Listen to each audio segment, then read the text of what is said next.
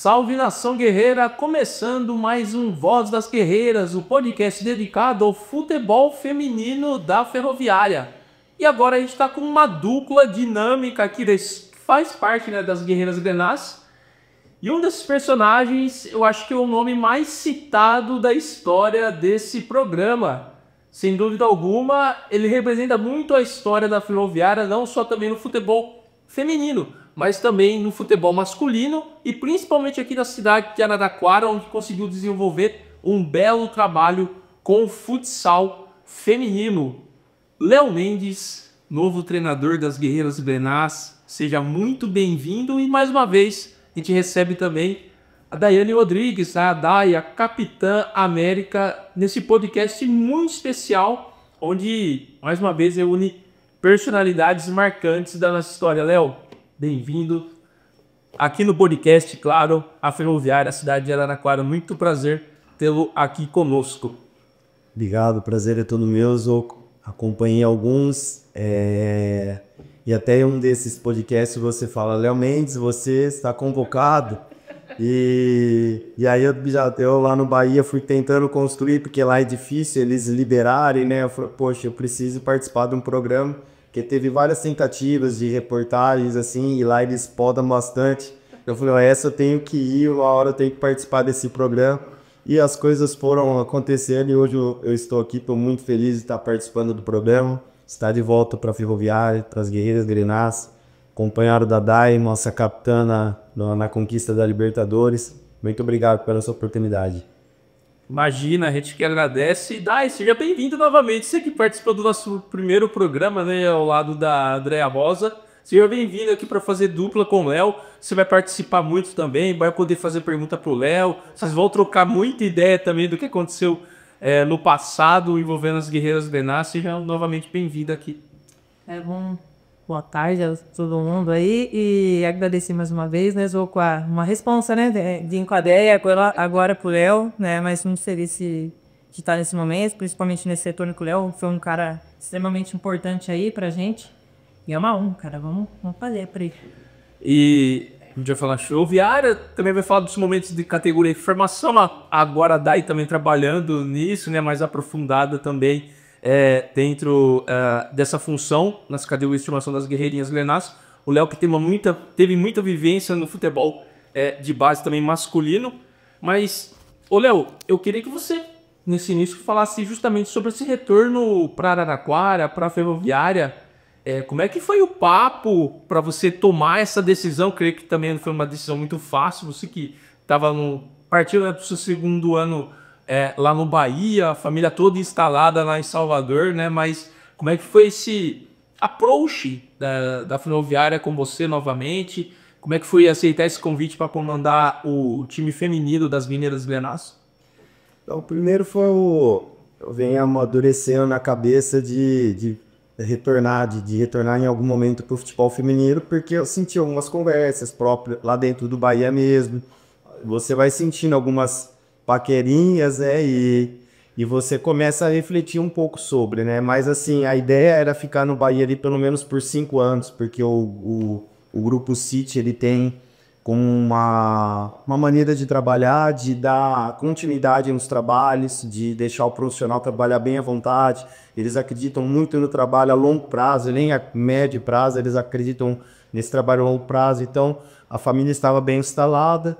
Mas quando veio uma possibilidade de voltar para a Ferroviária, para as Guerreiras Grenás, isso mexe muito com o coração.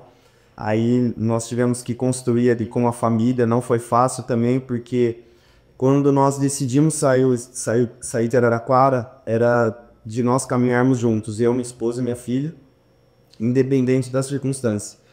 E nós estávamos muito bem adaptados na Bahia, muito bem, minha esposa trabalhando, minha filha também bem acostumada na escola, com as amiguinhas, né? Então, era difícil uma ruptura nesse momento, então nós construímos, até o final do ano, pelo menos, estarmos separados. Elas seguem lá em Salvador, eu aqui em Araraquara, então isso foi muito difícil, principalmente se tratando de família.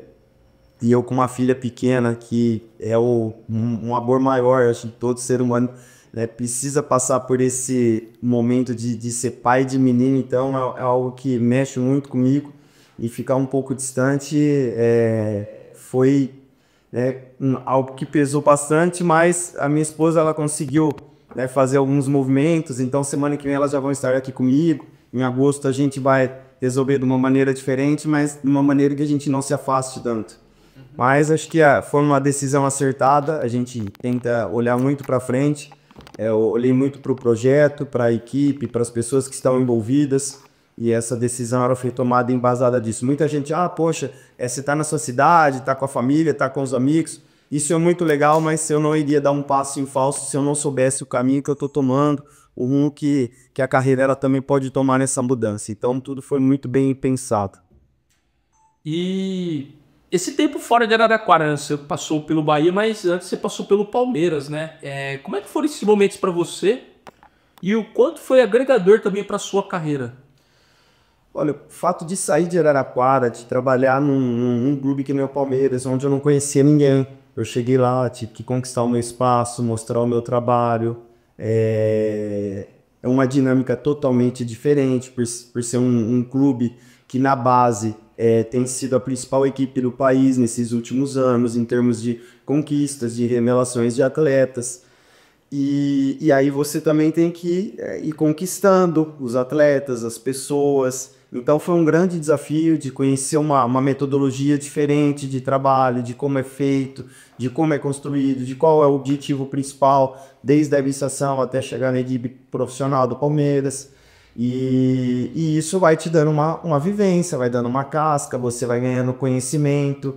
É uma vivência muito grande, competitiva, porque o Palmeiras, além das competições do calendário, disputa muito torneios internacionais. Então você possibilita você jogar contra as principais escolas de futebol do mundo. Você pega Barcelona, Bayern de Munique, City, Paris Saint-Germain, Ajax, PSV, são várias equipes que a gente teve a oportunidade de enfrentar. E isso também vai agregando dentro do currículo profissional.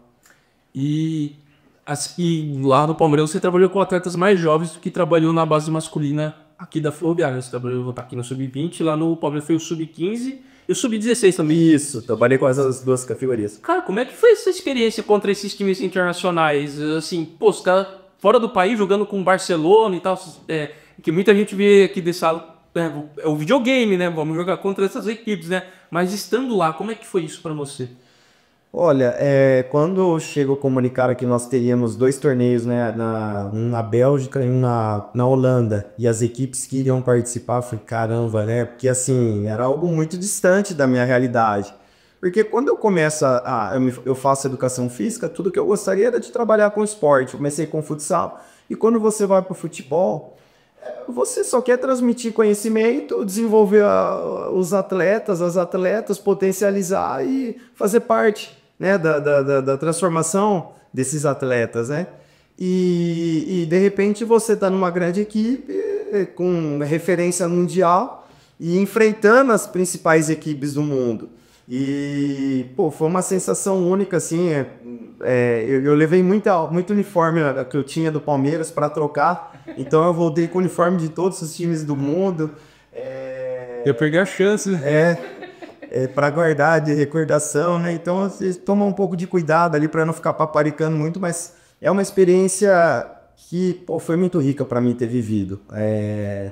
De enfrentar escolas diferentes, culturas de jogo diferentes, metodologias de trabalho, nível de atleta, tudo. Então tudo isso vai enriquecendo. Por isso que também, junto com o meu crescimento profissional, ainda dos meninos também, né? E o Palmeiras ele possibilita muito isso. Então lá eles viajam muito as categorias, principalmente as pares, disputam muito torneios internacionais. E esses meninos, eu falo que eles chegam ali no Sub-17 praticamente veteranos de bola, porque eles já jogaram tantos jogos com tantas equipes de nível que qualquer coisa ali para eles já não é mais novidade. Qual escola que você gostou mais, assim? Você achou interessante, né? Da Espanha, da Holanda, da França, enfim. Cada uma tem sua característica diferente, mas os times que eu mais gostei foram os belgas. Os belgas? Os belgas. Porque eles têm uma característica de jogo muito similar à nossa, com os jogadores, assim, jogadores muito rápidos, muito fortes, potentes, e com um gingado brasileiro. Então ali tem uma mistificação ali de raça, que acho que possibilita, foi os times que mais brilhou meus olhos de ver. Não foram, assim, nós enfrentamos só um time belga. O Anderlecht foi o time que eu mais gostei, mas não chegamos a enfrentar ele. Eles perderam a semifinal para o Barcelona e depois a gente vence o Barcelona na final. Mas foi o time que mais me chamou a atenção pela característica dos jogadores em si. De escola de futebol, sem dúvida o Barcelona é o que é a referência, porque é impressionante como que eles fazem o jogo parecer muito fácil para os meninos. Então, desde cedo, como que o jogo é muito enraizado dentro deles e como que é muito fácil, parece fácil que eles conseguem fazer e a gente tenta, é muito difícil, assim, né? E uma coisa legal que a competição dá lá na Europa é que o cartão amarelo, o jogador fica 5 minutos fora. 5 minutos? Então, contra o Barcelona na final, foi um jogo que me marcou muito, porque a gente perdeu um jogador, aí a hora que ele retorna, o outro toma amarelo, a hora que ele retorna, outro, nós ficamos em 3 momentos com um jogador a menos. E a gente consegue fazer um gol com um jogador a menos. Então, isso foi muito legal, porque até a nossa preparação para a competição, pelo formato dela, então nós criamos vários repertórios de jogo para cada situação. Então, poxa vida, se eu chegar num jogo e tiver com um jogador a menos, perdendo o jogo, como que nós vamos fazer? Então a gente fazia um bloco de 15 minutos treinando daquela maneira. Se nós chegarmos ganhando o jogo e com um jogador a menos, como que nós vamos fazer? A gente treinava aquilo. E aí quando chega na situação, tudo aquilo ali você já treinou. Então os meninos mesmo já, professor, aquilo. Então essa vivência é muito rica. Até eu vou chamar a Dai para participar agora. Mas a opinião dos dois, né, até puxando nesse gancho aí que você falou dessa questão de tomar amarelo 5 minutos fora. Assim, pela vivência que vocês têm dentro do futebol, vocês acham que pode ter alguma mudança assim para deixar o futebol algo diferente? Até mesmo nessa questão, tipo, tomar um amarelo, ficar não 5, né, mas 2 minutos fora, jogador que fizer cera, ele é obrigado a sair do campo, fica um tempo fora também, depois retorna. Como é que vocês veem isso para tentar também inibir tanta paralisação no futebol? Que a gente teve um episódio no Mundial de Clubes, né? Que o pessoal reclamou muito do Boca, que eu acho que a partida do Boca teve 48 minutos só de bola rolando. É muito pouco, até muito pelo que o torcedor paga para assistir o jogo. Sim. Como é que vocês veem isso? Eu acho que esse olhar já está sendo mudado, né? As pessoas estão já procurando meios para que o futebol seja mais atrativo, né? E realmente estava chegando um momento que estava ficando insuportável mesmo ver o futebol. De tanta paralisação, pouco jogo, a bola rolando, né? Realmente. E acho que foi uma entrevista do Kaká que ele falou que o jogador mesmo ele fica pouquíssimo tempo com a bola, né? Então, o que mais me incomoda no futebol é a cera, entendeu?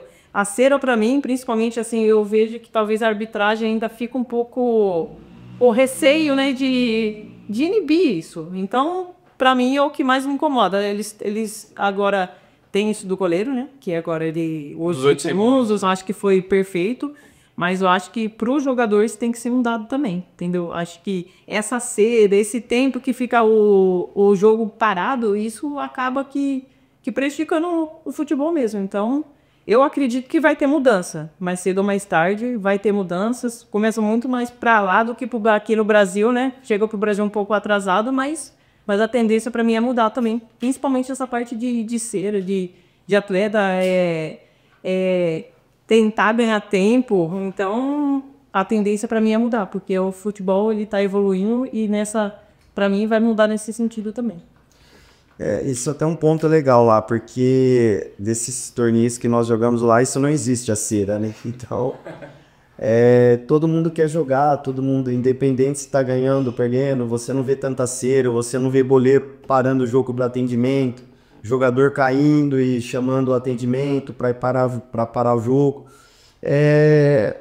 O futebol ele tem que ser um atrativo para o torcedor. O torcedor sai de casa, ele quer lógico que ele quer ver o time vencer, mas hoje você pega um campeonato nacional, paga caro o ingresso, você chega lá, é muito tempo com a bola parada, você sabe que não acontece nada com o jogador. Esses dias até o Fernando Praz, num comentário, falou: o Gomes vai trocar chuteiro. Ele falou: normalmente quando acontece isso, o goleiro vai falar que precisa de atendimento. A bola saiu, o Everton parou o jogo, né, chamou atendimento para o Gomes trocar chuteiro.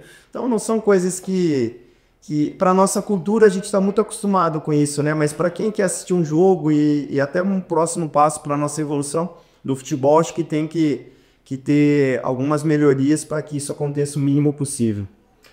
Agora eu quero saber de vocês dois. A Dai já é um pouco mais recente, né? Esse momento de trabalhar com atletas, né, em formação, atletas de base, né? Que, assim, eles buscam muito esse espaço para poder mostrar o futebol, né? Então aí acabam envolvendo nos sonhos até eles se tornarem profissionais, mas nem todos conseguem alcançar esse sonho. Isso aí é muito difícil, né? Tanto no masculino, principalmente no feminino. São muitas classes sociais também que são envolvidas, né? O pessoal muito pobre mora na favela, outras já são mais a classe média também, que acaba sendo envolvida dentro desse quesito. Mas como é que vocês trabalham para esse atleta conseguir ir na busca do sonho dele? Olha, assim, eu procuro dentro da minha rotina pegar muitos exemplos de profissionais, não só do futebol, muitos fora do esporte, ou até pessoas que não são envolvidas com o esporte, da importância que primeiro, de você ter um alto nível de profissionalismo e de ter o controle da sua vida, porque a gente não controla quem vai chegar ou quem não vai chegar, mas o seu esforço você consegue controlar. Aquilo que você vai colocar dentro da sua formação de esforço, de entrega, de comprometimento, isso vai fazer com que você busque chegar no seu limite. Muitas vezes tem muitos atletas que fazem tudo isso e não conseguem chegar porque o funil é muito estreito. Mas você tem que ter a consciência de que quando você se dispõe a isso, você ir no seu limite, você buscar de todas as maneiras ser um atleta completo em todos os aspectos. Completo que eu digo não é dentro do jogo, não. É comportamental, ter uma boa qualidade de sono, ter uma boa alimentação, você buscar fazer tudo que engloba que um atleta de alto nível tem, buscar ter esse tipo de comportamento, que isso pode te aproximar. Não garante que você vai ser, mas você tem a consciência que fez tudo que tinha que ser feito para ser um jogador profissional, um atleta profissional. Bom, eu já tinha falado na primeira entrevista, né? A base, para mim, é algo muito, muito novo, na verdade, né? Na minha época não tinha. Então, eu cheguei já jogando com meninas de 30 anos, com 14 anos eu estava jogando com meninas de 30. Então, a base, realmente, eu estou começando a entender e vivenciar ela faz 6 meses, praticamente, né? E tem sido, assim, muito prazeroso, de verdade, né? A gente conhecer as meninas, conhecer os sonhos delas, como que elas se comportam. É um desafio enorme. Principalmente aqui, que a gente tem praticamente todas as categorias, muita menina para a gente ficar de olho, mas o que eu tento passar para ela, eu acho que vai muito também do que eu vivi, o que o Léo falou. Tipo, eu acho que o profissionalismo, você tá focada, né, naquilo que você quer, é um esporte extremamente, gente, eu falo, é muito desafiador, não é fácil estar no futebol. As pessoas acham que se enganam pensar que o futebol feminino não o futebol no geral que eu falo, né, mas um mar de rosas, e não é. A gente abre mão de muita coisa para estar ali. Essas meninas, elas saem de casa muito cedo para estar vivendo o futebol. E eu acho que não é só isso, eu acho que tem pressão para todos os lados. Essas meninas hoje em dia, eu acho que elas sofrem uma pressão grande, tanto por parte de família, por parte de empresário. E isso eu acho que é um caminho um pouco ruim que eu vejo. São meninas muito novas, com uma pressão gigante. E eu estou vivenciando isso o tempo inteiro agora e tentando achar meios com que elas se sintam mais confortáveis dentro de campo ali para desempenhar e ter esse desenvolvimento da melhor maneira possível, né? Mas eu sempre procuro conversar com elas, ver como que elas estão, fazer com que elas se interessem pelo futebol, que eu acho o tempo que elas são fora ali do campo, do treino, elas também têm que saber sobre o futebol, querer acompanhar o futebol. Me assustou um pouco quando eu vim aqui, eu perguntava para algumas meninas, elas não sabiam o nome nem de quem era do profissional. Não sabiam quem que ia jogar, tipo, a final, tipo, do Brasileiro ano passado, elas não sabiam quem tinha feito. Então isso me assustou. Como que as meninas que estão ali fazendo futebol, elas conhecem tão pouco do futebol. Então foi algo que eu fui tentando buscar nelas, que elas se interessem mais pelo futebol, acompanhem, estudem o futebol, que isso vai fazer a diferença quando elas estiverem lá dentro de campo, a parte tática, técnica, isso vai ajudar. Então fazer com que elas se reflitam um pouco sobre isso. Não é só estar envolvida no mundo ali delas, né? Ela vê o mundo mais amplo, né? Exatamente, para mim isso. Está ao redor delas. Até porque, assim, é muito cruel com as atletas, com os atletas, porque a melhor fase da vida delas, é essa fase. É a fase da juventude, do início da juventude, é a fase do tempo livre, do lazer, das amizades. E elas estão pulando essa etapa da vida delas por causa de um sonho. E elas deixam de viver isso por uma etapa importante. Então, assim, acho que todo o cuidado que a gente tem que ter de conversas, de ajudar, de situar, de nortear o caminho, porque não é fácil e muitos atletas acabam não sendo e perdendo essa fase que é gostosa da vida, essa fase que você não tem responsabilidade, que você ainda não está numa faculdade, você ainda tá vendo o que vai fazer da vida. Então, o atleta, que eu digo em geral de todos os esportes, eles perdem essa fase da vida deles por causa de um sonho. Exatamente, tem que tomar muito cuidado. Eu acho que a família também tem que estar muito envolvida. Algumas não têm essa estrutura familiar adequada. Então, assim, é um processo que o clube tem que trabalhar junto, né? Ainda bem que a Ferroviária tem o DDH, né? Tem um departamento específico para isso, né? Com as psicólogas, com assistente social, para dar todo o suporte para essas atletas. Agora, Léo, eu queria saber mais sobre você, né? O mundo Grená quer saber mais sobre você, né? Como é que foi o pequeno Leonardo André Mendes aqui em Araraquara, o início, a infância, enfim, né? Queria que você contasse aí sobre a sua história até chegar no mundo da bola. Um menino assim que na época a gente era criado na rua. Então hoje eu tenho grandes amigos que eu carrego até hoje que eu conheci na rua, no bairro, jogando futebol, jogando gol-caixão, jogando em quintal, em terrenos. Depois eu tive a oportunidade de jogar na Ferroviária, ainda muito pequeno. Na época a Ferroviária ainda tinha as escolinhas, né? Que era o Tota, o treinador. E a gente jogava algumas competições municipais e regionais. Em uma dessas competições de futsal, nós enfrentamos o PUB 22 de agosto. E aí eu recebi o convite para jogar o futsal e eu fiz o inverso. Eu fui do futebol de campo para o futsal, porque eu gostava muito do futsal E era engraçado, porque na Ferroviária a gente treinava todos os dias e na quarta-feira era o dia do futsal, à noite. Você treinava o futebol de campo à tarde e o futsal à noite. E eu não via a hora de chegar a quarta-feira, porque o futsal você pegava na bola toda hora, então era uma diversão para mim ali, né? E aí acabei tomando o gosto pelo futsal. Fiquei muitos anos como atleta, depois como treinador. Você jogava em posição no futsal? Eu era pivô. Antigamente era pivô de referência, depois eles tentaram mudar um pouquinho, né, a característica do jogo, mas ainda o pivô ele era uma posição que eu mais gosto ainda dentro do jogo, né? E em 2004, a Secretaria de Esportes do Estado de São Paulo cria dentro dos jogos regionais a modalidade de futebol feminino, futsal feminino. E aí inclui o futsal. E a Daiane é parte da primeira equipe de futsal de Araraquara também. A gente ganhou jogos regionais e ali comecei minha vida de treinador, né? Mas assim, eu sempre fui um menino muito família, muito amigo. Gostava de estar brincando na rua. Eu era aquele menino que a mãe tinha que chamar para tirar da rua. Eu falo que a minha geração foi uma geração privilegiada de ter vivenciado isso. E a gente ficava o tempo todo, né, era bola, jogava vôlei, jogava todos os esportes. Não era só futebol. Não era só futebol, mas tinha transferência depois. Porque você tinha um enriquecimento motor tão grande, era muito normal. A gente, o vizinho saía de casa, ele tinha um pé de manga, mas tinha um cachorro. Então um distraía o cachorro, o outro ia lá, tinha que pular um muro, pegar a manga. Eram as diversões que nós tínhamos na época, né? Não tinha uma maldade, uma malícia, e a gente se divertia dessa maneira, né? E isso depois a gente conseguia transferir para o esporte.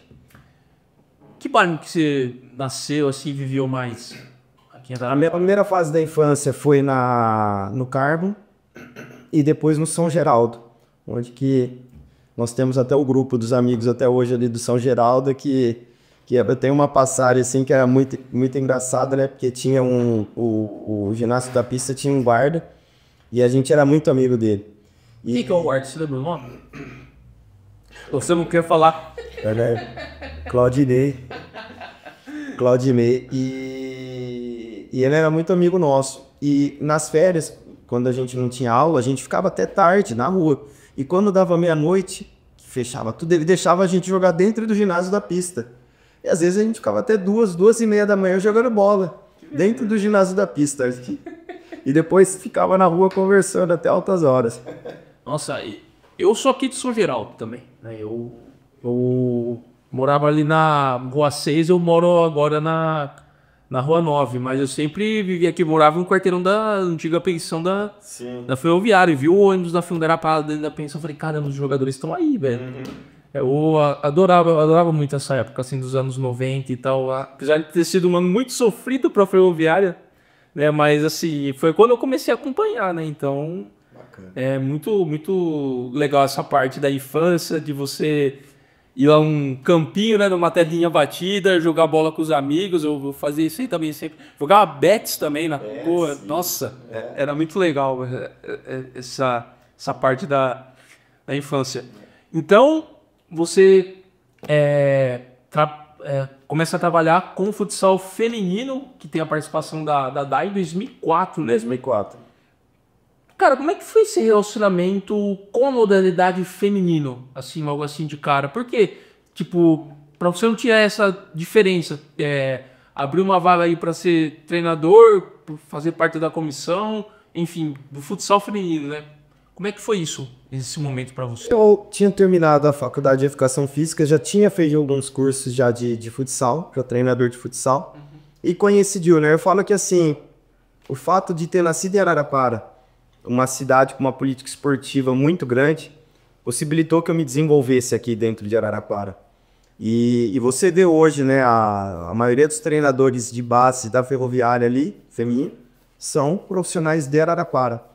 Eu acredito muito nisso, né? Eu conheço várias pessoas que gostam do esporte, que gostariam de estar trabalhando com esporte e não teve as oportunidades que nós tivemos aqui. Então, ter nascido em Araraquara, eu acho que oportunizou muita gente. Porque a gente estava no lugar certo, na hora certa, né? Com as pessoas certas. Então, o início foi em 2004 ali. Era uma novidade, o esporte feminino, né? Assim, jogos regionais, futebol de campo já estava tendo, mas a maioria das equipes ainda não eram masculinas. Você pegava uma equipe de atletismo, a maioria era homem, não tinha tantas mulheres. Agora desenvolveu, cresceu bastante, né? Mas isso era geral. E o futsal feminino foi uma dessas categorias e, prontamente eu aceitei, porque eu queria trabalhar como treinador. Todo mundo falava que eu iria ser treinador um dia. E ali foi o início de tudo, né? Muitos acertos, muitos erros, erros demais, até porque eu era muito jovem, eu tinha ainda 23 para 24 anos, trabalhando com meninas e muitas... Eu e a Dai, a diferença de idade são 6 anos, né? Então... Estava trabalhando com atletas quase ali próximo da idade, né? A André, na época, são 4 anos de diferença. Então, são essas atletas. Então, assim, eu era muito garoto ainda, conhecendo ainda o outro lado de ser treinador, de ser gestor, né? Então, mas isso ajudou muito para minha vida profissional, para depois eu ir para o futebol de campo. Porque todas essas vivências que eu tive no futsal, tanto dentro de quadra, como fora, como de tomar decisão, como gerir equipe, ter uma gestão de elenco, gestão da própria comissão. Tudo isso foi me ajudando e me moldando para que eu pudesse chegar hoje aqui dessa maneira. Ainda tem muito para melhorar, né? Mas já caminhei bastante. Dai, como é que era o Léo lá naquela época, 2004? Então, 2004, na verdade eu tava lá na época era o Extra ainda, né? Sim. E aí surgiu isso que o futsal ia entrar. E como nós estávamos para participar dos jogos regionais, eles falaram que algumas atletas iriam começar a treinar como futsal, né? E eu tava no meio, né? E eu não sei se o Léo lembra, mas eu fui pro gol. Eu tava bem louca essa época. Então eu falei, eu vou pro gol. Tava muito louca, eu falei, juro a Deus, eu falei assim, não, vou pro gol, mas não durou muito tempo, tá? Só foi um pouquinho ali, mas eu... A gente não tinha goleira também, né? Nós transformamos a Yara em goleira, já não tinha goleira. Quantos atletas tinham na equipe, mais ou menos? Tinha umas 14 atletas, mais ou menos, com as meninas que faziam parte do futebol de campo. Mas aí tinha atletas que só eram do futsal? Tinha atletas que eram só do futsal. A Lívia era, né? A Lívia do NMA era. Sim. Lalizinha. E tinha outras atletas, mas eram atletas que estavam começando no futsal. E as meninas do futebol de campo já tinham uma certa vivência, né? Então, mas o legal é que, assim, sempre as meninas eram abertas, que eram só do futsal, abertas a receber elas. Então não tinha esse problema, não, pô, a gente treina mais porque as meninas do campo treinavam às vezes menos do que as meninas do futsal. E as meninas aceitavam numa boa porque sabia que era melhor pro time. E como é que contribuiu essa época pra você, Dai? Assim, eu acho que você chegou a comentar que não gostava do praticar futsal. Não, eu gostava. Antes do futsal, acho que foi bem legal pra mim essa época. E a gente foi matando. Trouxe ali, depois se vocês quiserem eu posso mostrar a medalha, porque a gente foi campeão tanto no campo como no futsal. E a época do futsal com o Léo foi algo bem legal assim, pra mim, porque ele é muito bom gestor, né? Então o gostoso era realmente esse ambiente que a gente criou lá.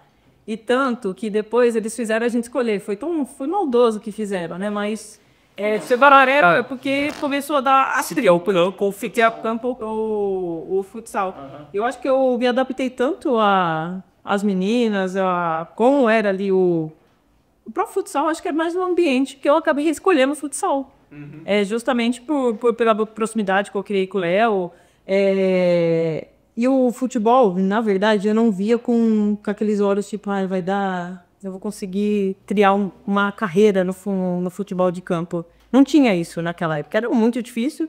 E no futsal, talvez eu criei isso. Eu falei, talvez no futsal eu vou conseguir me dar melhor, né? E o Léo foi extremamente importante para mim, que foi um cara que me ajudou muito. Tenho um carinho enorme por ele, era um cara que sempre abraçou e fez equipes muito juntas, muito família, né? E nessa época, não sei se ele vai lembrar também, que a gente tinha, foi lá pro futsal, a gente tinha todas as meninas do futsal criou que era a nossa marca nessa época, a gente pegou o cadarço, que era verde, e todas as atletas colocava no braço, a gente foi... exatamente, ficou conhecida como as meninas eram diferentes, né? Mas foi muito legal mesmo, acho que o Léo foi extremamente importante. Quando ele voltou depois, falei, nossa... Ótimo, né? Ótimo pra gente, né? E também aí no futsal você encerrou a carreira de goleira. Não, durou pouquíssimo. Gente, eu não sei. Eu acho que ele tá mais longo do que eu pra aceitar. Que goleira foi isso? Você se voluntariou ou é o seu gol? A gente tava desesperado, porque tava chegando as competições e a gente não tinha goleira. Não tinha goleira e treinava até tinha uma, mas assim, não levava muito jeito, né? Porque era esforçado, né? Era esforçado. E aí, nossa senhora, até que um dia, não sei o que aconteceu, que nós tentamos a Yara. E é muito engraçado, eu não sei se a Dai vai lembrar, porque os jogos regionais na época era muito gostoso, porque todas as modalidades iam assistir os jogos. E na nossa final foi à noite. E foi o pessoal do vôlei, basquete, futebol, ia todo mundo assistir, torcia, né? E a gente tava ganhando o jogo. E aí no finalzinho a Yara, ela toma um gol e ela falha e ela começa a chorar. E tinha sido o gol do empate. E eu falo, meu Deus, e agora? E aí a torcida começa a gritar o nome dela, e ela fala, não, eu vou ficar. E aí a gente acaba ganhando o jogo mas foi um marcante, porque assim, Araraquara, assim, era muito legal essa questão da união que a gente tinha entre as modalidades também, de apoiar, de ir lá, torcer, incentivar. Então, me marcou bastante isso. Aí, ó, olha lá. Que legal. Olha aí o Leonardo Mendes aqui sendo premiado. Que legal. Aqui, ó, Leonardo Mendes. Olha só, boy. Olha só. Olha o tamanho dessas medalhas aqui, ó. Os Leonardo. Isso aqui era zoado, hein? Viu essa parte aqui? Aí, nossa, aqui. Olha só, cara. Nossa, não dá minha ideia. A cara matou 2 em 4 aqui. Aqui, ó. Mostrar aqui na câmera. Não parece nem de ouro, né? Mas de ouro tá. Virar aqui também, 21 anos, né? É. 21 anos, muito legal. Que a grafia ali nessa imagem aqui de frente tá. Não dá pra ler direito. Ter escrito aqui. Alguma coisa paz aqui. Os jogos da paz aí. Chique. Não teve nada de página. Meu, como assim não teve nada de paz? Não, foi gostoso, né? Mas foi bem gostoso. O Matão foi um... Eu sempre vim de Matão justamente por ganhar as duas, né? Tanto no campo como no futsal. E foi uma experiência incrível. Depois teve vários atritos, mas foi bem marcante pra mim. Quem que é o grande rival pra vocês nessa época? No futsal? Futsal ou até mesmo no campo da época do Oeste? O campo foi mais franca, né? Franca. Período. Foi bastante. E no futsal, Ribeirão, Sertãozinho, Pontal, cada ano era um time. Mas isso foi muito legal o futsal, porque o futsal mudava as equipes, mas nós sempre estávamos ali chegando. Né? Mudava só o rival, mas a nossa equipe sempre estava chegando nas finais ali. Cara, e teve esse início, né, no futsal com o Extra, né? Tinha essa questão aí do pessoal treinava no campo, ia treinar também na quadra. E teve também, você foi um treinador multicampeão com Tradição, né? Futsal. Como é que foi também esse período dentro do Tradição? Trouxe muitos títulos para Araraquara, né? Dentro da cidade, fora também. Como é que foi esse estreitamento também com a modalidade, o gênero, né, feminino? Assim, eu sou muito quente, muito intenso naquilo que eu faço, né? Então, quando comecei com futsal, eu falei, vou dar um jeito de fazer acontecer e essa vai ser uma das principais modalidades da cidade. E aí, começamos a correr. A primeira questão nossa era ter uma equipe competitiva e que jogasse mais competições. Para começar a não só jogos regionais abertos, tinha Campeonato Paulista, tinha os campeonatos de TV, né, TV Record. E aí nós eu pensava, nós precisamos jogar mais competições para subir o nível nosso, para ver que nível que nós estamos realmente. E foi quando começou. A princípio, quando saem um pouco as meninas do futebol de campo no segundo momento, a gente sofre bastante, mas a gente consegue montar um time com muitas meninas da cidade e algumas pontuais de fora ou região. E conseguiu ter esse destaque, ganhava jogos regionais. Nossa, eu lembro que teve 4 anos seguidos a gente fazer final de jogos abertos do futsal contra o Palmeiras. Nós ganhamos 2, perdemos 2. Mas eu falava para as meninas que a grande equipe ela não ganha todo ano, mas ela sempre vai estar no top 3. Um ano é campeão, um ano é vice, campeão, vice. O que não pode é ser campeão um ano, depois é 8º, é 10º. E aí nós criamos essa cultura. Falei, olha, o preço é alto, mas nós vamos se dedicar. Depois que for campeão, a gente vai fazer valer a pena. Vocês vão se divertir bastante, vocês vão ver como que é prazeroso ser campeão. E aí elas pegaram o gosto, né? E aí foi assim, era todo ano, pelo menos a gente conseguia ganhar 3 campeonatos. Criaram regionais, era um campeonato de TV, um paulista, um jogos abertos, um troféu Piratininga. Pelo menos 3 títulos por ano a gente conseguia por Araraquara. E isso foi criando uma marca.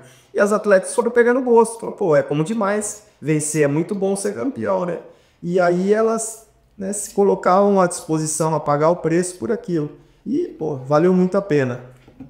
Ô, Léo, e você tem essa marca do futsal feminino aqui de Araraquara. E você chegou a trabalhar com o Extra no campo também, junto lá com a comissão do Fernando Paulino? Nessa época, até essa foto aqui, eu acho que eu tava sem treinador de goleiros, se eu não me engano, de goleiras. E o Fernando falou, ó, você não quer vir ajudar aqui? Dar um chute no gol aí? Porque era tudo muito precário na época, assim, não tinha uma infraestrutura, não tinha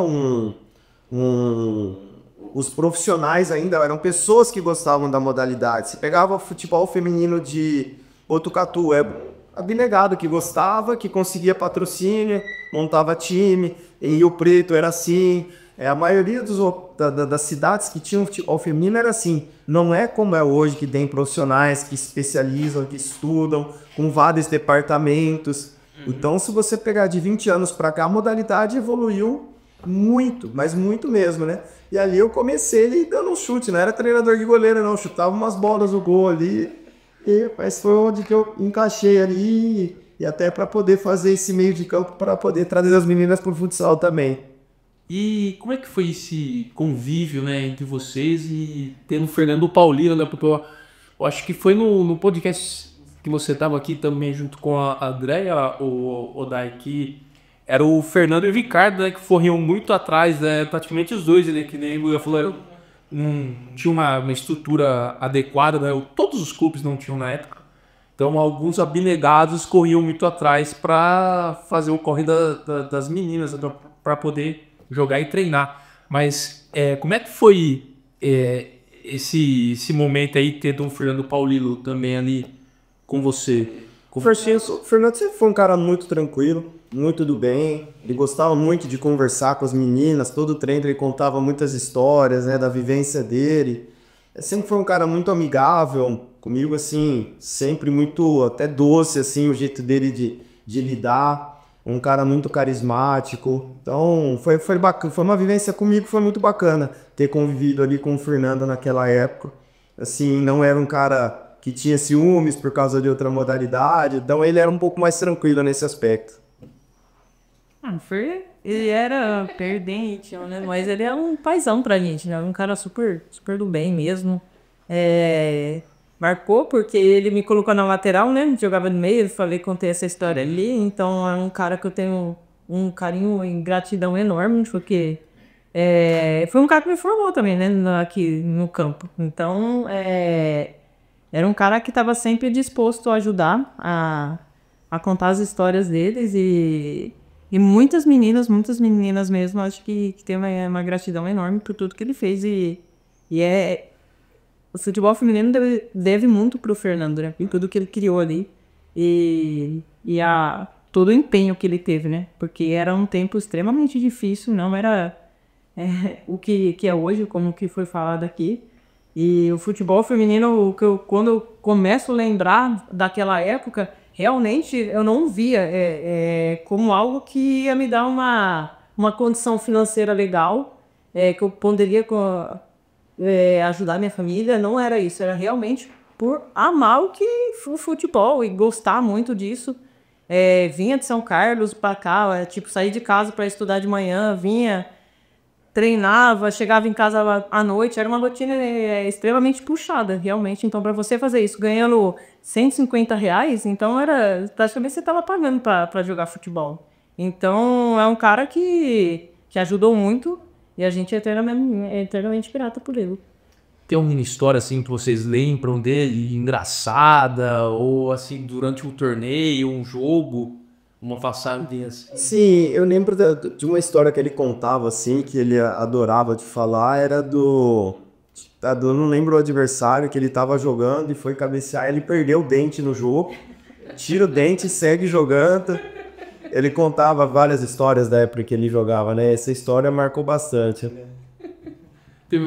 Você lembra de alguma coisa assim, daí de algum jogo, assim, de uma passagem do... Engraçada, assim, a maior referência que eu tenho dele é realmente ele mudar a minha posição, né? E o tanto que eu briguei com ele por isso, né? Porque eu fiquei muito bravo, eu não queria de jeito nenhum. E ele me convenceu com aquela forma doce dele, tranquila. E me convenceu de uma forma muito tranquila. E aconteceu, né? Mas de lembrar coisas engraçadas do Fernando foi na mente. Algo marcante aconteceu num torneio, assim, e tal. Nossa, toda hora foi... Eu não vem na cabeça agora algo...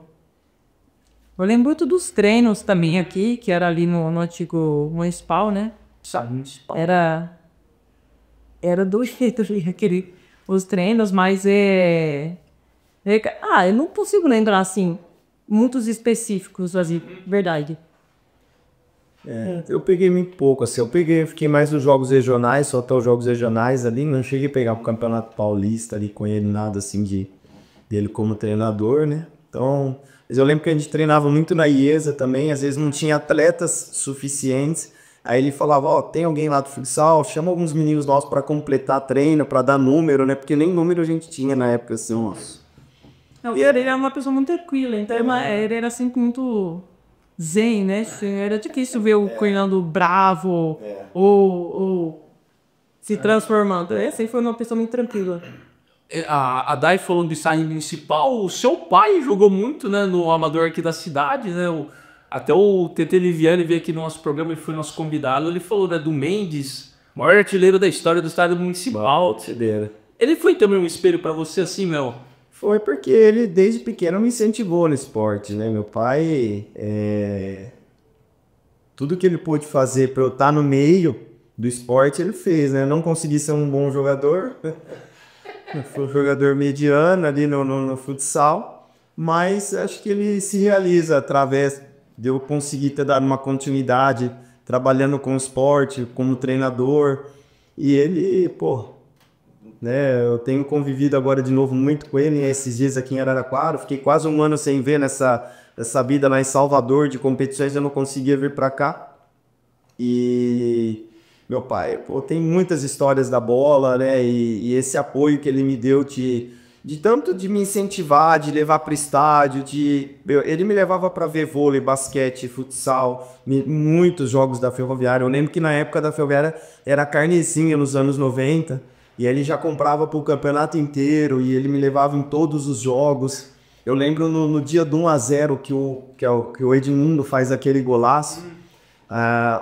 Eu lembro que o estádio estava tão cheio que no intervalo ele falou, nossa, nós vamos ter que engasgar, porque ele estava preocupado, né? Porque estava eu e meu irmão, e nós fomos embora no intervalo, porque ele estava preocupado, e normalmente o jogo, quando era na cidade, ele não era transmitido. Só que aquele dia, como deu a lotação, abriu a TV para assistir, né? Então nós assistimos o segundo tempo em casa. Esse dia eu lembro bastante de ver o gol do Edmundo que ele faz no final do jogo contra a Ferroviária, e aí fora como os gols mais bonitos que ele fez ainda.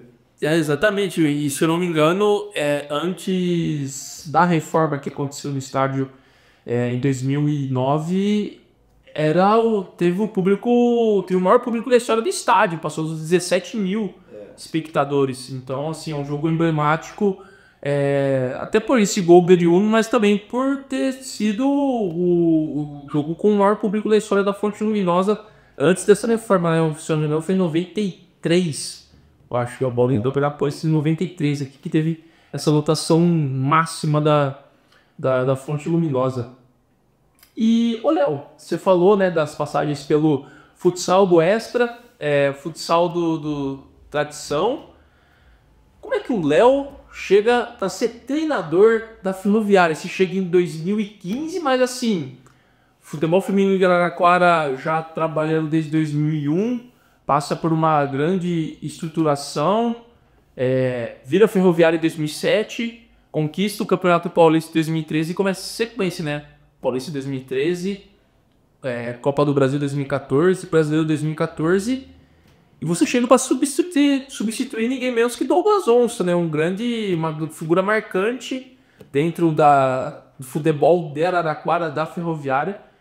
E vocês são os únicos, né, que jogaram na base, comandaram times masculino e feminino da Ferroviária, né? Como é que você chega no futebol de campo, futebol feminino da Ferroviária? Então, desde 2011 eu já estava estudando o futebol. E aí, mais uma vez, o fato de estar numa cidade que... Eu tenho até uma história curiosíssima, essa daí poucas pessoas sabem, a minha esposa e os amigos próximos, né? Eu começo a estudar futebol de campo e a gente tinha marcado o casamento para 12 de janeiro de 2013.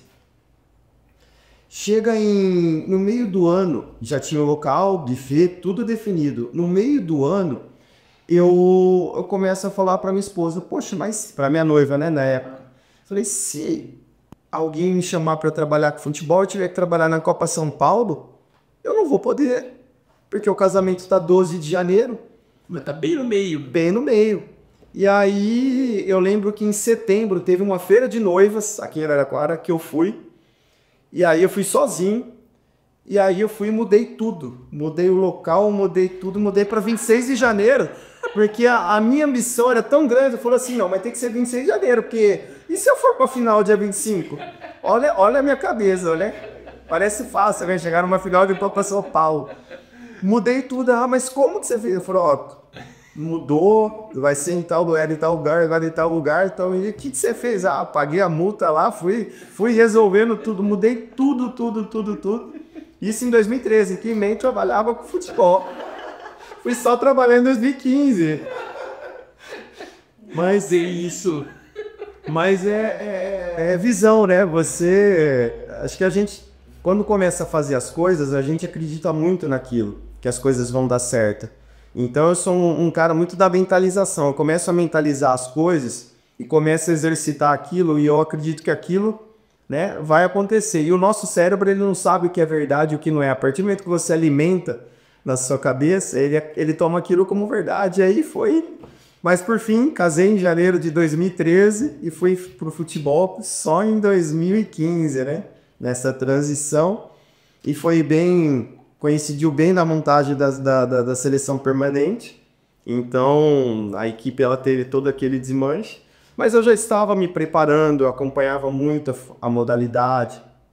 Aí, em alguns momentos ali em 2012 também, 11, eu também fiz um pouquinho parte ali da comissão com o Douglas. O Douglas sempre tive uma relação muito boa, um cara assim que... Eu acho que eu nunca vi ninguém falar um lado do Douglas Onça, né? Um cara assim, de uma índole, de um carinho, sabe, vaidade zero. É um cara assim, espetacular, assim. Acho que o que esse cara representa, né, pro futebol araraquarense, né, em termos de capacidade, de bondade, de coração. E foi muito tranquilo ali, porque ele ficou junto com a gente na comissão e vivendo ali, né, uma outra função, ele tava, né? Mas assim, e dei sorte, né, de pegar umas meninas assim que, assim, era um momento conturbado, assim, né, era assim, não só pela seleção permanente de ter perdido praticamente um time todo, né, de ter que dar uma remontada e depois perder as atletas, mas era um momento que as meninas estavam sem receber na época, né, Dai? Então, assim, foi um momento muito difícil, nós chegamos numa final de Copa do Brasil ali, arrebentado, porque a artilheira e a vice da competição era do nosso time e as duas ficam fora da final, porque a Nenê machuca na semifinal contra o Vitória de Santo Antão, lá em Pernambuco, e na final, com 1 minuto de jogo, a Paula machuca o joelho. Então nós ficamos sem as duas atacantes na final da Copa do Brasil daquele ano.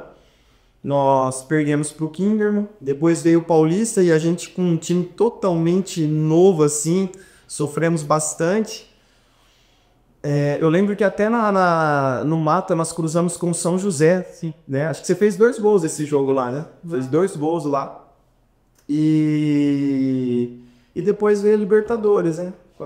Foi 4x4 esse jogo. Foi 4x4 esse jogo, a gente tinha que ganhar de 2 gols. A gente abriu 4x2 também. Nós abrimos 2x0, aí sofremos 2 gols. Mas é isso, é engraçado algumas coisas, né? Porque nós montamos uma estratégia pro jogo, porque se ganhasse de 1x0 era delas, pela melhor campanha.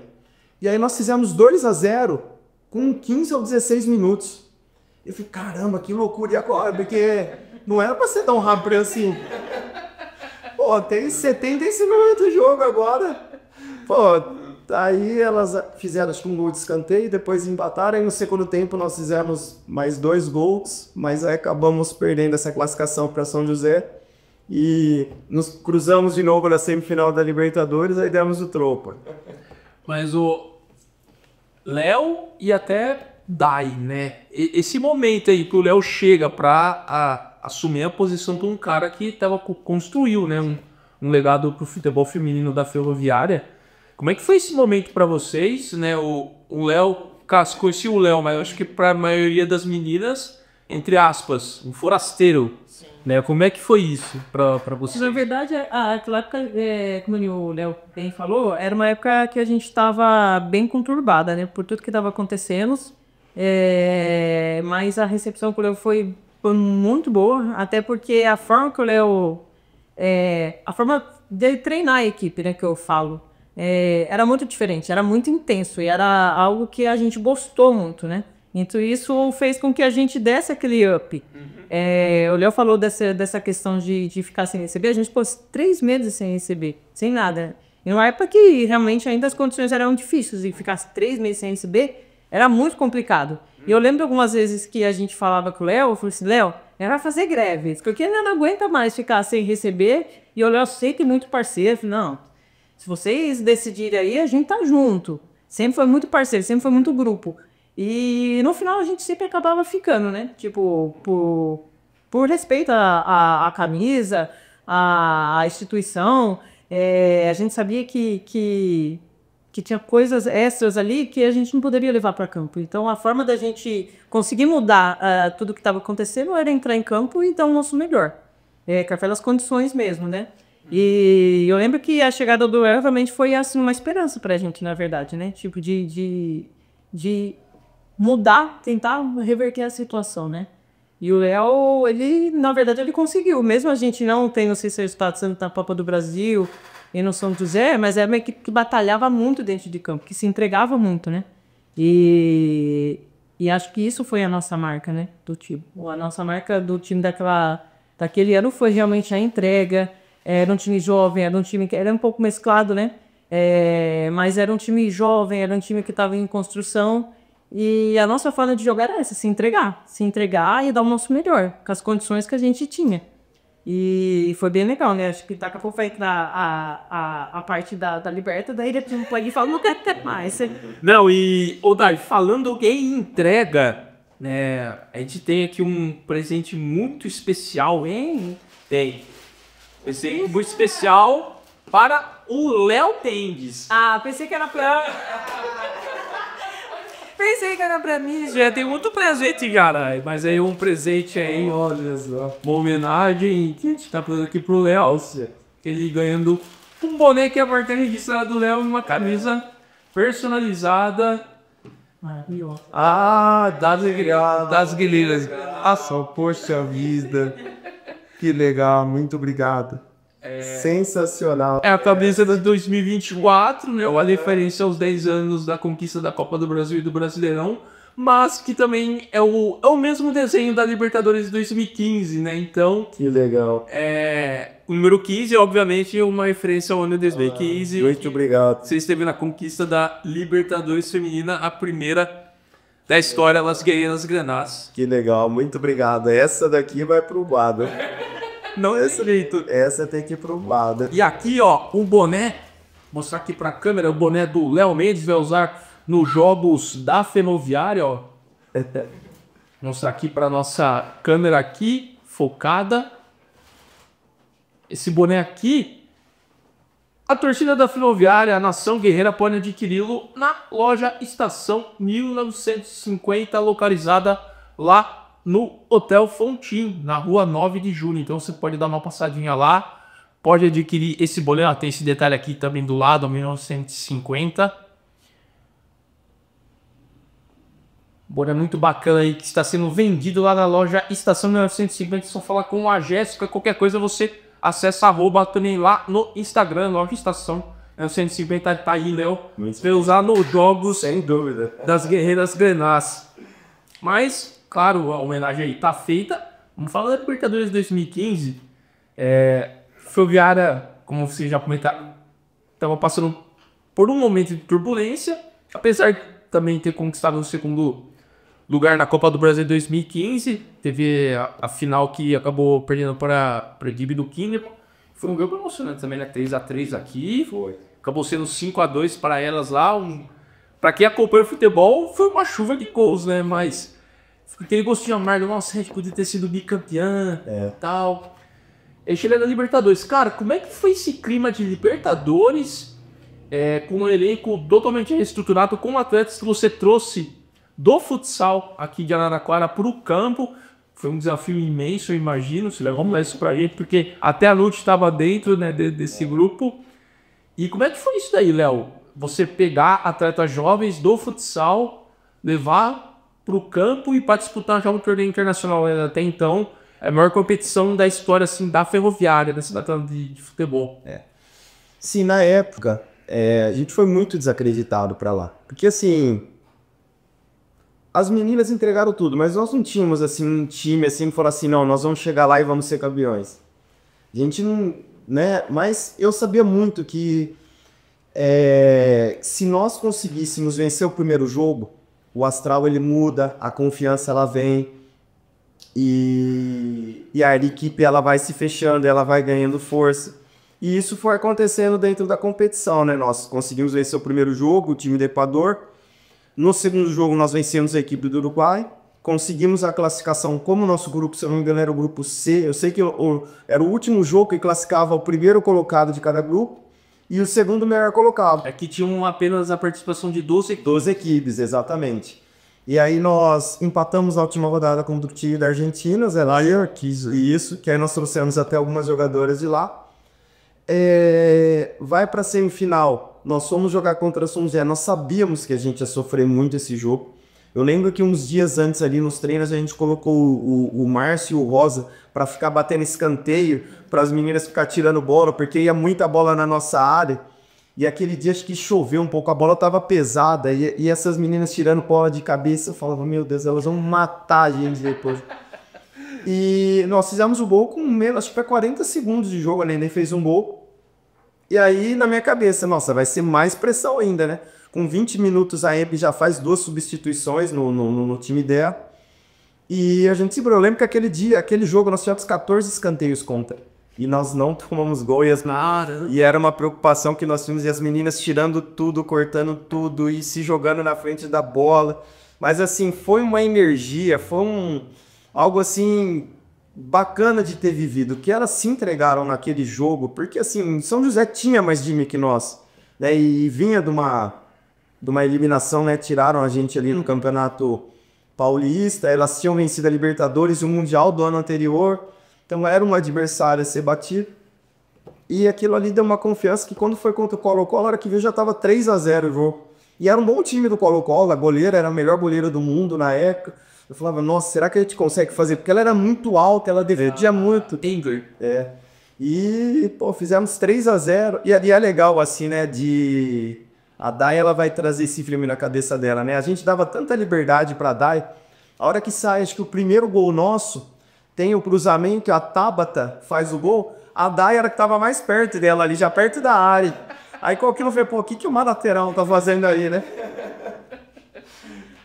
E a comemoração é a Dai abraçando a Tabata também, né, Dai? E, ô Léo, o que você recorda, assim, dessa conquista?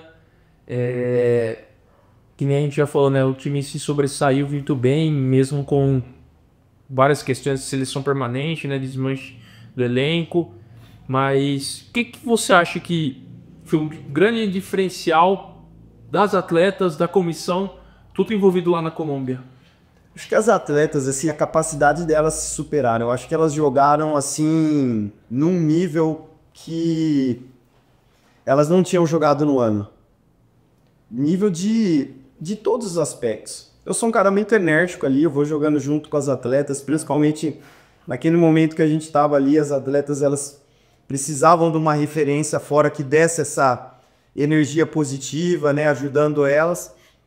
Mas eu acho que a capacidade delas de se entregarem, de se adaptarem aos jogos, porque cada jogo teve o seu contexto, elas conseguiram se adaptar, conseguiram, a hora que, pô, contra o São José, o que nós tivemos que se defender de uma maneira que a gente não tinha que jogado até então, defensivamente.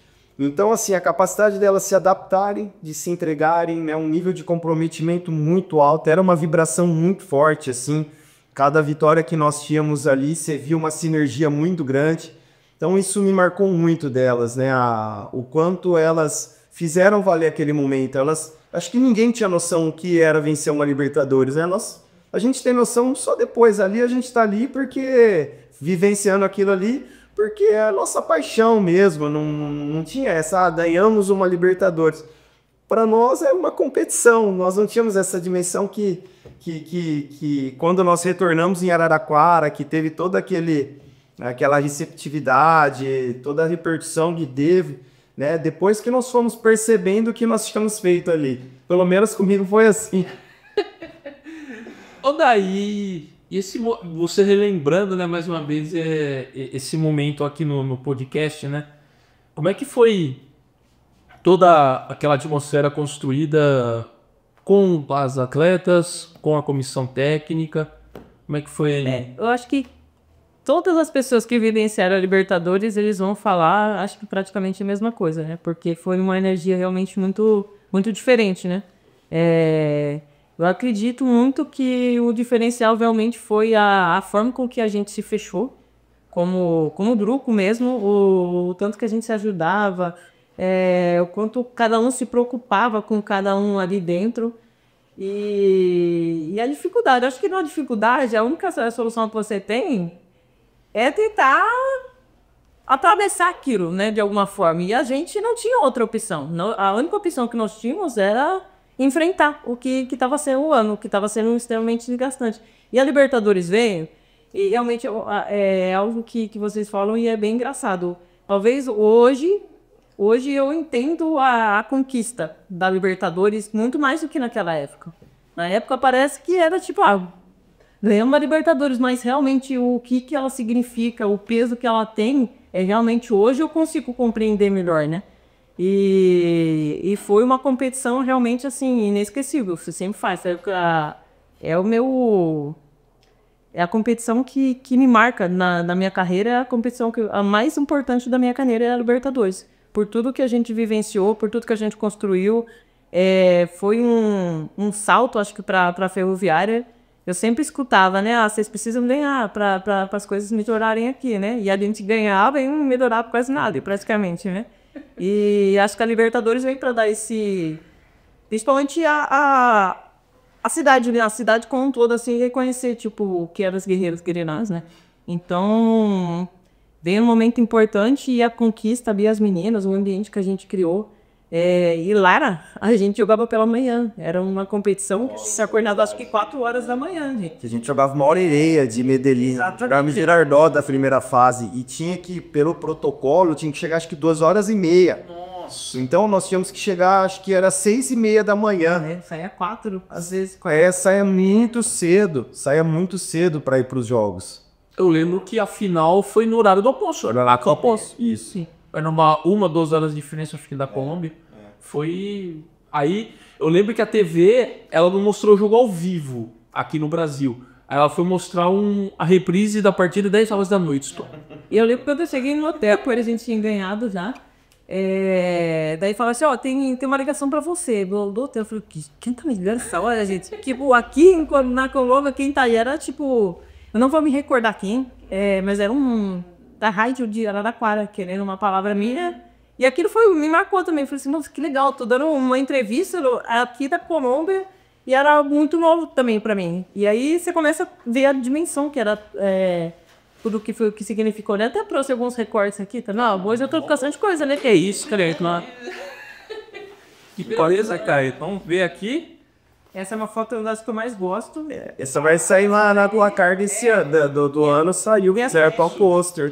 Essa época aí, sempre que a gente jogava, eu ia na banca para comprar jornal, porque a gente aparecia bastante, né? Eu tenho bastante coisa em casa, guardada, e essas aí eu trouxe porque é da Conquista. Aqui, ó, Jornal Imparcial, terça-feira, dia 10 de novembro de 2015.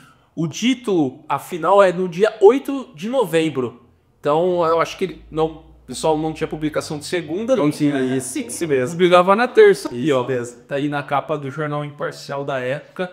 E essa imagem, pra mim, ela retrata muito, porque assim, a Dai, ela era era líder da equipe ali. E, pô, essa imagem nossa, é sensacional ver essa imagem, porque... Até a gente comentou, porque parece que tipo, a Dai não tá levantando só um troféu. Ela tá levantando a cidade de Araraquara. É isso, cara. A sensação é essa. E acho que não tinha mãos melhores para levantar a taça, porque a daquela era o símbolo do nosso time. Nossa, Esse daqui tem que ficar imortalizado. Essa imagem aqui é sensacional. Essa imagem é bem legal, muito bonita. Eu tenho aí esse, eu gosto também, porque me colocaram esse nome, Capitão América, que Ficou. Capitão América aí, ó. Mais uma vez aqui no Perdão Imparcial. 22 de novembro de 2015, ó. A Dai com o escudo Capitã América, mas personalizado pra frente. Ih, Pascoal Gonçalves da Rocha aqui atrás, aí, tá aqui. Muito legal. Esse a gente ganhou a medalha de honra na câmera, pela conquista. 2 de novembro. Esse aqui é a Câmara entrega a medalha de mérito desportivo às guerreiras Venaz, ó. Isso aqui é raridade rara, é difícil uma equipe esportiva receber. Olhando esse uniforme aí, que deu a lembrar, a gente que fazia os uniformes desse cara, a gente corria atrás, porque não tinha. Patrocínio, aí quando eu ia fazer, Dai, que cor que você quer? A letra desse. A Dai, acho que não precisa ser da cor do tiro, vamos fazer, a gente fazer isso. E eu acho uniforme azul. Aí a Dai, ela ia atrás, ela pesquisava os uniformes dos times europeus, ela falou, pô, eu lembro uma vez, você falou, o Arsenal tem um uniforme assim, né? A Dai que era a minha estilista também do time. Que aí tem aqui, é uma página dupla aqui falando sobre o título do Ferroviária, 10 de novembro também, aqui é a matéria na íntegra aqui do Jornal Imparcial da época, é uma outra foto do time posado, e aqui atrás, ó, tá aí o Léo Mendes com a medalha aí também, tá o Douglas, parte da comissão, tem atleta também. Essa medalha tá emoldurada na sua casa, ou Léo? Tá lá em Salvador essa medalha. Em Salvador? Tá lá em Salvador, né, bonita? Olha, eu carrego. Isso aqui é uma foto. A Julinha aqui, tadinha. O veio tão chegou. Tá aí, ó. Essa aqui é a foto tirada lá na Colômbia também, após o título da Libertadores. Muito bom, cara. Sensacional isso daqui, cara. Como é bom falar de um título tão importante, expressivo demais para a cidade de Araraquara. Quando fala assim, vamos voltar no tempo, eu falo com o maior prazer, vamos voltar no tempo para falar dessas coisas boas aqui que é sempre bom recordar, né? Pô, demais estar com vocês aqui também. Cara, Léo, você vive esse ano dourado com as Guerreiras Grenás em 2015 e chega a hora de partir em 2016, né? Para ter um novo rumo na carreira, sub-20 masculino da Ferroviária.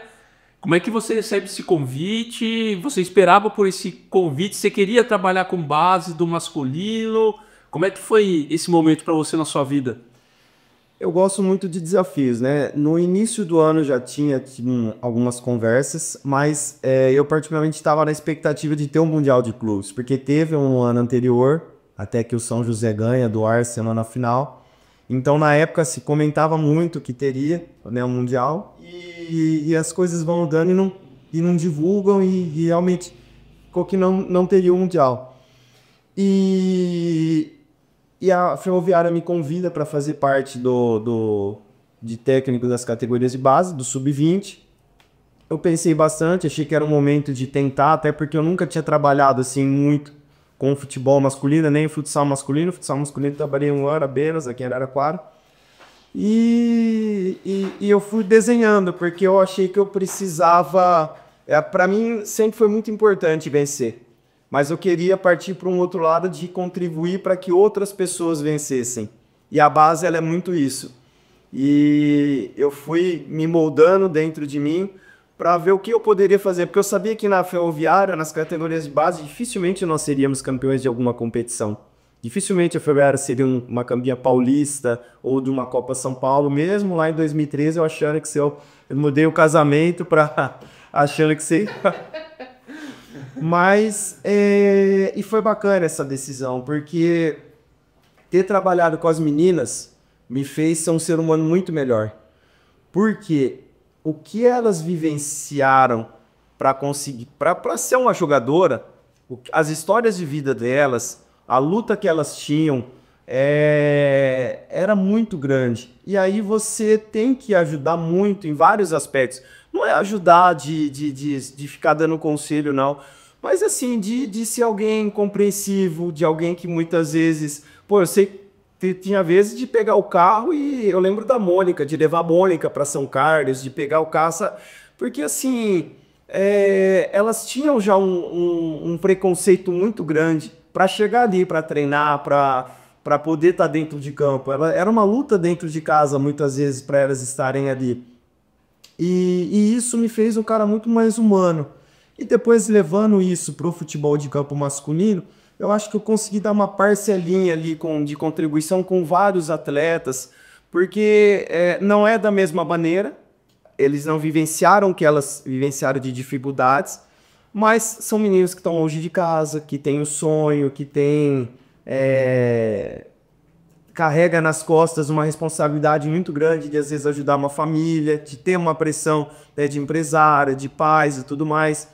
E aí eu fui por esse lado e eu gostei bastante também de ter trabalhado na base, de ter tido essa vivência aqui dentro da Ferroviária, mesmo sendo numa categoria sub-20, que está num passo ali do profissional, você pega meninos ali que carece de uma referência, que carece de alguém que vai te dar o caminho, que vai... Né, em muitos momentos, quando você pensa em desistir, de ter alguém que vai lá e ajuda. E na época a gente não tinha ainda uma equipe multidisciplinar dentro do clube, né? Depois que chegou a Anne, né, no masculino, né, como departamento, mas até então não tinha. Então nós que tínhamos que fazer esse papel também junto com os atletas. E como é que foi esse trabalho no Sub-20 da Ferroviária? Pô, aí assim, eu gosto de desfrutar das coisas, né? E chegou um momento ali que no Sub-20 eu desfrutava muito do jogo. Os últimos anos ali, eu tava na beira do campo ali, mas eu desfrutava do que eu tava vendo ali. Eu imaginava ali na torcida e falava, pô, era isso que como torcedor eu gostaria de ver.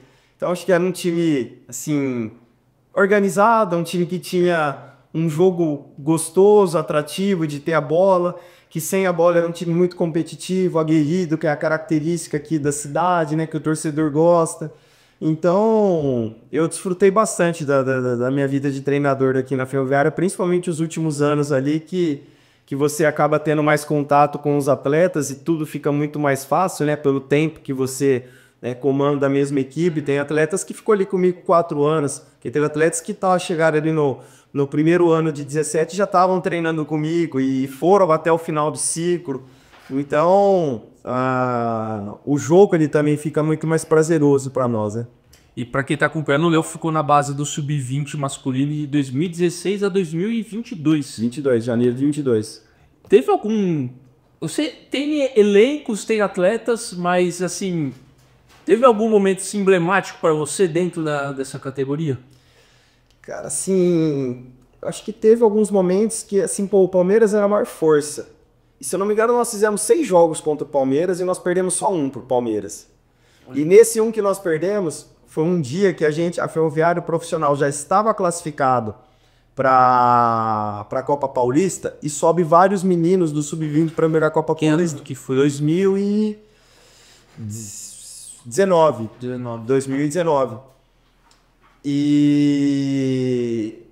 E aí nós tínhamos um jogo, nós estávamos na segunda fase do Paulista e iríamos jogar em São Paulo contra o Palmeiras, em Guarulhos. E o profissional sobe vários jogadores e o Sub-17 tinha um jogo contra o Red Bull, um confronto direto. E aí teria que subir alguns meninos do Sub-17 para jogar com a gente. Eu falei, não, ó, pode deixar o Sub-17 lá, dá os meninos que não vão pro jogo do 17, que eu me viro lá pro Palmeiras.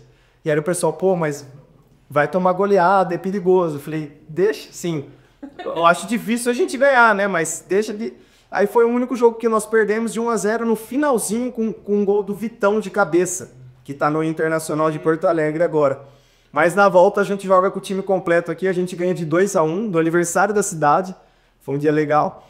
E o outro dia, o jogo que marcou muito pra mim foi a Copa São Paulo, quando a gente vence o Palmeiras também por 1-0. E foi um jogo que até minha esposa estava na torcida e a gente ganhando e saindo jogando e o Palmeiras pressionando a gente ali. E a minha esposa fala que teve um momento que tinha um pessoal tudo de terno ali do lado e falou, ó, que é bonito, mas que dá cada susto na gente dá. Porque era o jogo que a gente tentava fazer ali, né? Um jogo, né, com uma ideia propositiva de construir desde lá de trás. E isso acabou sendo uma marca dessa equipe também. É muito bom, cara. Tem algum jogador que você gostou de trabalhar na base? Porra, teve vários, cara. Teve vários, assim. Eu não quero ser injusto, assim, porque, pô, eu trabalhei com muito menino, assim, um nível de profissionalismo muito alto. E aí eu vou até falar uma diferença do menino que tá numa base de um time grande e às vezes está numa base de um time que é considerado menor. O quanto esses meninos são resilientes. Porque, assim, muitos nem têm o contrato profissional. E estão lutando. E às vezes você vê um menino hoje que está em um time grande, que já tem salário de 30, 40 mil e acha que está com a vida resolvida, né? Então, são lados totalmente opostos. Tive a oportunidade de vivenciar os dois lados. Mas, assim, eu trabalhei com muito menino bacana, assim, com nível de profissionalismo, assim. Eu não quero ser injusto, porque, assim, vários, assim, quando eu vim pra cá, né, mandaram mensagem, pô, que legal que você tá voltando pra cidade, pra Ferroviária, que você tá no feminino de novo. Então tem muitos meninos que, assim, eu tenho uma consideração muito grande. Se eu falar assim, eu vou falar uns 10 aqui e vai escapar alguns, eu não quero ser injusto com esses outros. Ô, Léo, e até nesse período, foi um período muito gostoso, assim, prazeroso até de acompanhar as categorias de formação e, assim, acompanhar categorias de base é muito legal. É diferente muito do profissional até. E, assim, e foi no momento que o clube passou por passando por uma reestruturação interna, mas que acabou sendo evidenciado por todo mundo, né? Foi público isso. Como é que foi esse período para você de construção e de reconstrução da Ferroviária? Porque masculino consegue o acesso do Paulistão, né? 2015, 2016, isso é algo assim profundo para essa retomada da Ferroviária nos trilhos, né? Como é que foi esse momento para você participar também dessa reestruturação da Ferroviária? Assim, a gente vê que, eu já falei isso algumas vezes, que o que faz a diferença em qualquer projeto, em qualquer instituição, são as pessoas. E ali tinha muita gente boa, né? Tinha muita gente boa ali que estava no início da carreira, mas que tinha muita fome de fazer o negócio acontecer. Então, assim, na época a gente não tinha dinheiro, não tinha tanta infraestrutura, não tinha quase nem bola, não tinha campo, era difícil para treinar, não tinha colete. Às vezes eu fazia muitos jogos que precisava de ter mais um jogo de colete, não tinha. Eu tinha que pegar alguma coisa do futsal para poder. E várias vezes minha esposa lavando o uniforme, não na época de Ferroviária não, mas eu lembro, veio agora na cabeça de futsal, minha esposa que lavava o uniforme de jogo, assim. Mas, assim, eu acho que nós tínhamos muita gente boa. E aquilo ali foi fazendo com que todos nós fôssemos crescendo juntos, junto com o clube e junto com os atletas. Porque teve muitos atletas, você pega o Benassi, que hoje está lá no Curitiba. É um atleta que chegou com 14 anos. Então, cresceu muita gente junto. E se você pegar para ver esses profissionais que não eram ninguém, assim, 9, 10 anos atrás, hoje está todo mundo muito bem empregado e vivendo muito bem do futebol, porque ajudou e teve a parcela de contribuição naquele momento da Ferroviária. Então acho que casou, né? A Ferroviária está numa reconstrução, muita gente querendo entrar no futebol e com uma fome muito grande de vencer.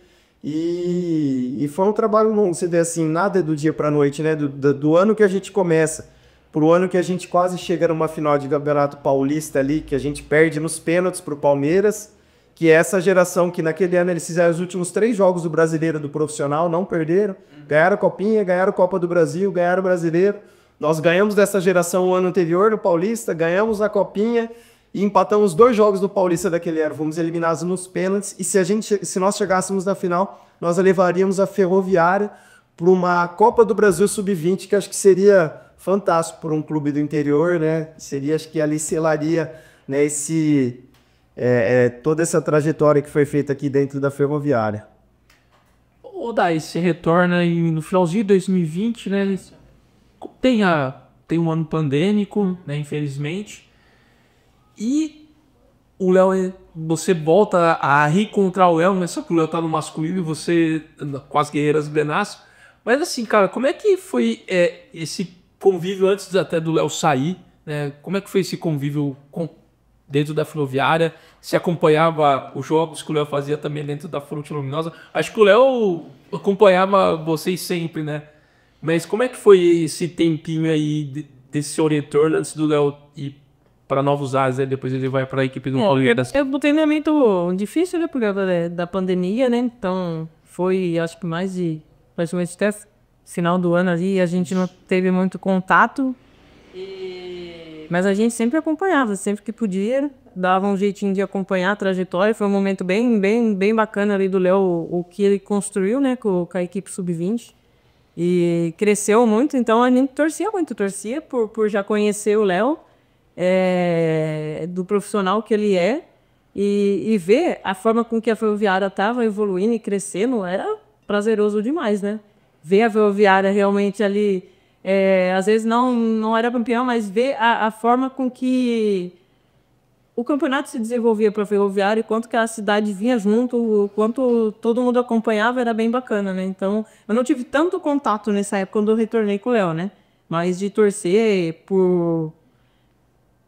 pela amizade que a gente tinha, sempre teve.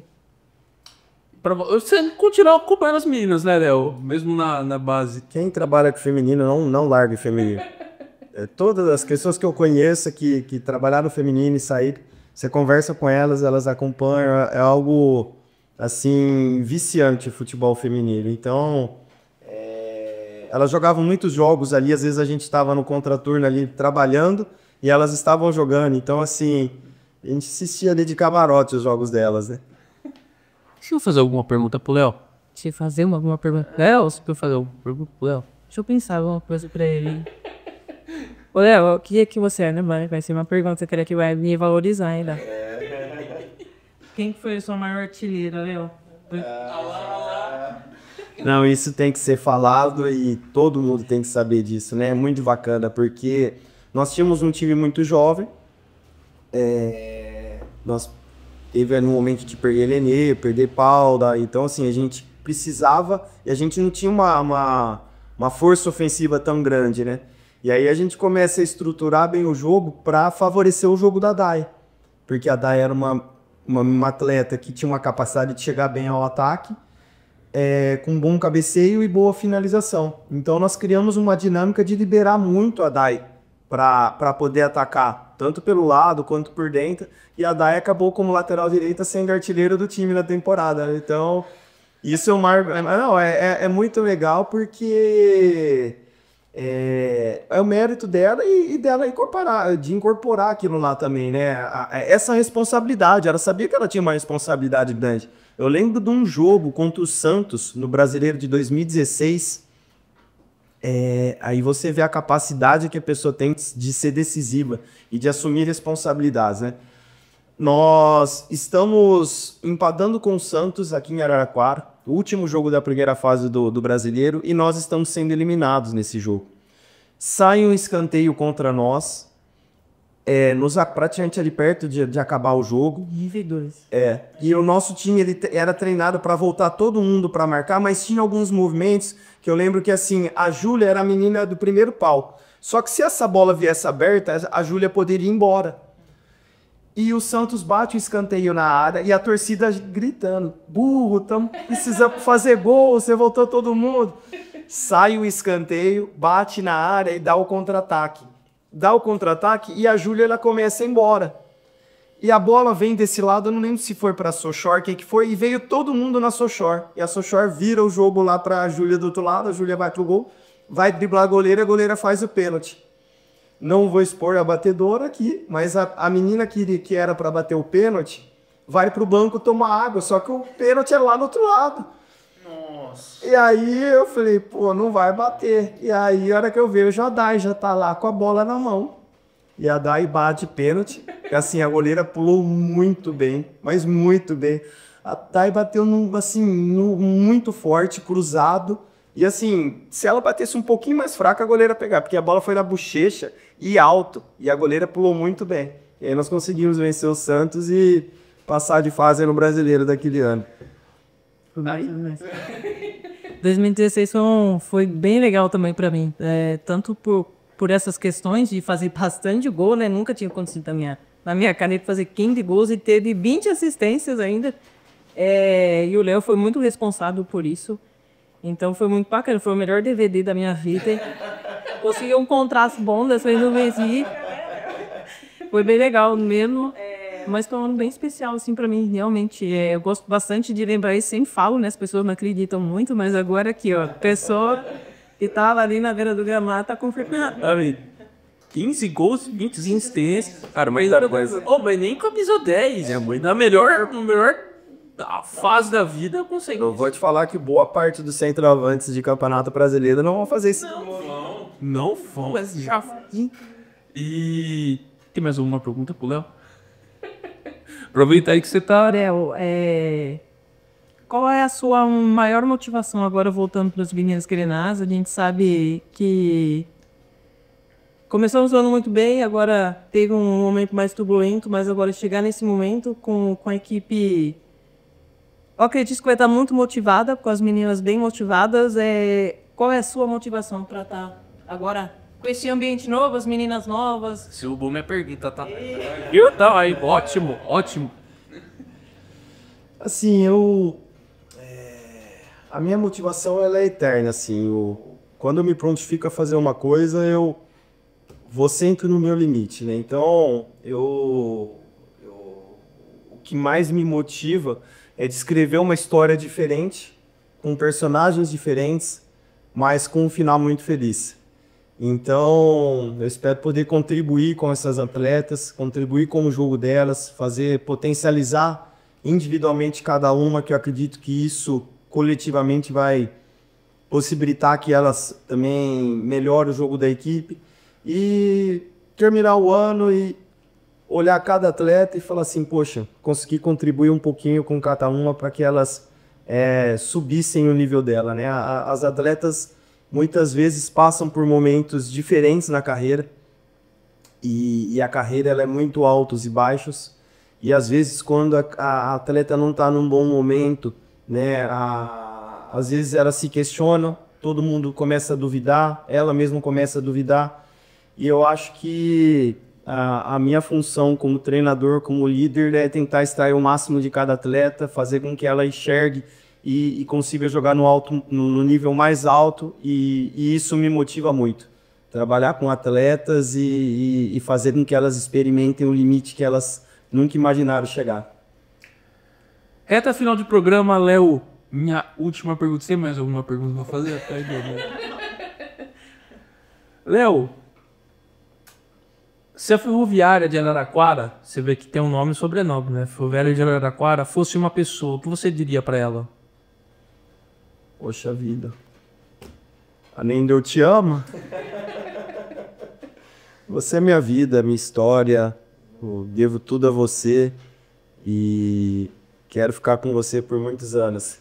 Tá aí, que beleza. Léo, você tá um pouquinho distante da sua família agora, mas se quiser deixar um recado ali na câmera também para eles, fica à vontade para falar, pode ir pelo coração. Poxa. O momento é seu. Agradecer a minha esposa Thalita, minha filha Lavínia, eles estão longe, mas me ajudaram muito, né? Minha esposa assim, é muito mais do que uma mulher para mim, ela é a companheira de vida, assim, que é tão difícil acertar, né? E eu falo assim, quem segura o seu guarda-chuva quando o mundo desaba sobre a sua cabeça, né? E em vários momentos de dificuldade, ela segurou meu guarda-chuva, ela esteve comigo, chorou junto, me ajudou em muitas decisões, inclusive na minha vinda agora para Araraquara. Então, um beijo para vocês, amo, estou esperando vocês logo aqui. Boa, Léo. Vamos chegando então ao final de mais um Voz das Guerreiras, do podcast dedicado ao futebol feminino da Ferroviária. Léo Mendes, muito obrigado pela sua presença aqui. Tomara que seja um ano dourado, até 2027 com muitos títulos com as Guerreiras Grenás. Espero que dê tudo certo nessa sua jornada aqui de volta para Araraquara. Enfim, vamos estar junto nessa aí, acompanhando você. Agradecendo também mais uma vez a presença da Dai, disponibilizou um pouquinho do seu tempo para estar fazendo essa duplinha aqui com o Léo. Muito obrigado, Dai, pela sua presença. Agradecer também ao pessoal da Mente Criativa por ceder o espaço aqui mais uma vez pra gente fazer o programa Voz das Guerreiras. Milena Cravo, Alberto Bosqueiro, muito obrigado também por ajudar a realizar esse podcast, que também as nossas marcas que aparecem aqui no telão, sem elas, o futebol feminino da Ferroviária está cada vez mais fortalecido, então a gente agradece muito mais uma vez. E a Nação Guerreira também por ter acompanhado mais um episódio. Muito obrigado e até a próxima!